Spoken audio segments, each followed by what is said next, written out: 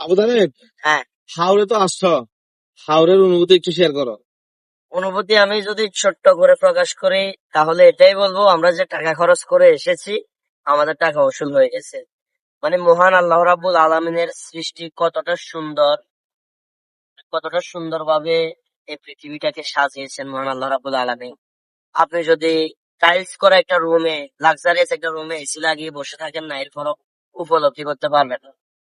আপনি যদি মহান আল্লাহ রাব্বুল আলামিনের সৃষ্টি দেখতে হয়, আপনাকে ঘোরাঘুরি করতে হবে। টাঙ্গুয়ার হাওরে যে আসতে হবে ব্যাপারটা এমন না। এরকম অনেক পর্যটক এরিয়া আছে। আপনারা যারা টাকা চিন্তা করেন কিংবা দেখা গেছে যে টাকা খরচ হয়ে যাবে এই চিন্তা করে ঘোরাঘুরি করেন না, আমার কেন জানি মনে হয় যে নিজেকে নিজে ঠকানো হয় এটা আসলে। একটা বয়সের পরে এসে টাকা পর্যাপ্ত পরিমাণ থাকবে, তখন হয়তো বা কোমরে ব্যথা থাকবে, দাঁত দুই তিনটা পড়ে যাবে, মাথার ভিতর চুল থাকবে না, ভ্রুগুলো কুঁচকে যাবে। আসলে ওই সময়টাতে এই যে যে এনার্জি নিয়ে আমরা উপভোগ করতেছি, এই উপভোগময় সময়টা হয়তো বা তখন আর কাটানো সম্ভব হবে না। ও যারা যারা ঘোরাঘুরি না করে বন্ধ একটা রুমে সবসময় আবদ্ধ থাকেন, বিভিন্ন গেমসে আসক্ত, দেখা গেছে খারাপ নেশায় আসক্ত, তারা চাইলে প্রকৃতির এই আবহাওয়ার সাথে একটু মিশতে পারেন, প্রকৃতিতে চাইলে আসক্ত হতে পারেন। আমি দিন শেষে একটা কথাই বলবো, আপনারা আসেন ঘুরেন, আশা করি ভালো লাগবে। এন্ড ভাই, অনুভূতি একটু শেয়ার করেন। অনুভূতি আসলে এর আগেও কয়েকবার আসা হয়েছে, কিন্তু ঘুরাঘুরির খুবই অভ্যাস, যতই দেখি মন ভরে না। হাওড়ে এর আগে আমি আরো 2-3 বার আসছি, কিন্তু মানে কিছুদিন পর পরে কেন জানি মনে হচ্ছে কিছু একটা মিস করতেছি। এই যে একদিকে তাকাইলে পাহাড় দেখা যাচ্ছে, এদিকে হাওড় দেখা যাচ্ছে, সাথে বাতাস, একদম এসির বাতাসের শান্তি আসলে এই বাতাসের সাথে কখনো কম্পেয়ার করা যায় না। এই বাতাসের শান্তিটাই আলাদা। আলহামদুলিল্লাহ, অনুভূতি একটু শেয়ার করো প্লিজ। অনুভূতি বলতে, যদি আমার আরো একবার আসা হয়েছে, এটা মানে মানে মুখে বলে বোঝানো সম্ভব না। এখানে যারা আসছে তারাই বুঝবে যে এটার অনুভূতি কিরকম। মানে এক রকমের মনে করেন এটা, মানে আসলে মানে বোঝানো মানসিক সম্ভব না। প্রশান্তি। হ্যাঁ, এটার মতো প্রশান্তি আসলে কোনো জায়গায় নেই। আমি মনে করি আল্লাহর যে কত সুন্দর সুন্দর নিদর্শন আল্লাহ সৃষ্টি করে রাখছে, এগুলো আসলেই দেখা উচিত। আসলে আল্লাহ সৃষ্টিটা আমাদেরকে দেখা উচিত। এটা হলো কথা।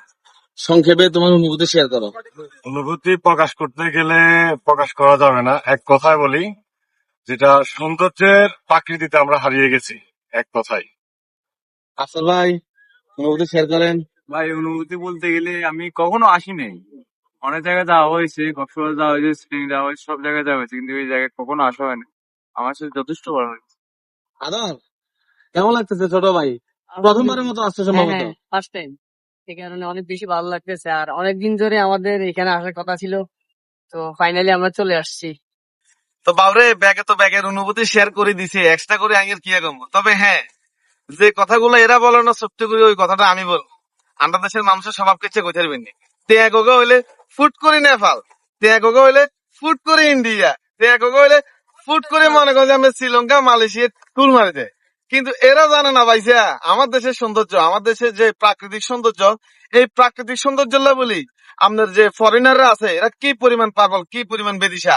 আপনি যদি একটু কক্সবাজারে যান, হয়তো আপনি একটু রিয়েলাইজ করতে পারবেন যে কি পরিমাণ ফরেনার কক্সবাজারে আসা যাওয়া করে প্রতিনিয়ত। সো ওভারঅল আমি একটাই কথা বলবো, সেটা হচ্ছে যে আমরা এখন যেখানে আছি এটা হচ্ছে টাঙ্গুয়ার হাওর বলে। এটা আপনার হচ্ছে সুনামগঞ্জে অবস্থিত। ইতিপূর্বে হয়তোবা অনেকেই সিলেটে আসছেন কিংবা বিভিন্ন জায়গায় গিয়েছেন।